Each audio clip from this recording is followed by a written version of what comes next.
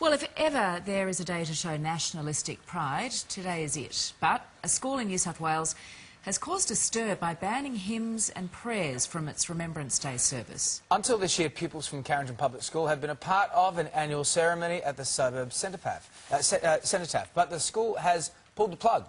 It's opting to hold its own secular service. So here to discuss is Bryce Corbett from the Australian Women's Weekly and iVillage's Joe Abbey. So, Joe, the principal says the majority of the school kids come from secular families. So is that right to ban the religious traditions of today? Yeah, look, I think it's absolutely right to make a different choice. The parents actually requested this. There's a number of religions in the school, so by choosing not to use specific prayers for the remembrance, it's more inclusive and allows all the children to feel like they're included in what is a very important national day. I guess, though, today, Bryce, is a day about the whole country. It's not just defined by Carrington Public School.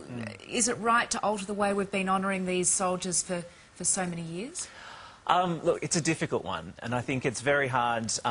It's very hard to mount any kind of an argument that yes, we should just do away with these traditions, particularly when it comes to remembering our war dead. Because personally, I don't think there is anything more important than passing on those traditions and teaching your children the importance of honouring people who have sacrificed their lives for your country. I think it's massively important. However, I do question whether there needs to be a religious aspect to it.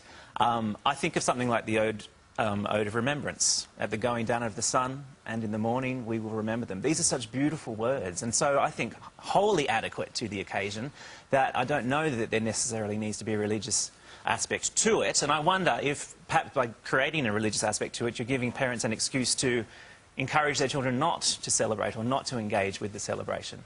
I guess you could argue that in those times religion did have a much stronger sort of relevance and existence to these soldiers' lives. Absolutely, and I suppose you read a lot of the diaries of soldiers at the time, and they question the existence of a God, having experienced what they did, and perhaps there is an argument that that you can in fact commemorate this day without there needing to be a really overtly religious overtone. It's interesting, Joe, isn't it, to see a day like this, come into, go into 96 years now we're into it, but it's evolving.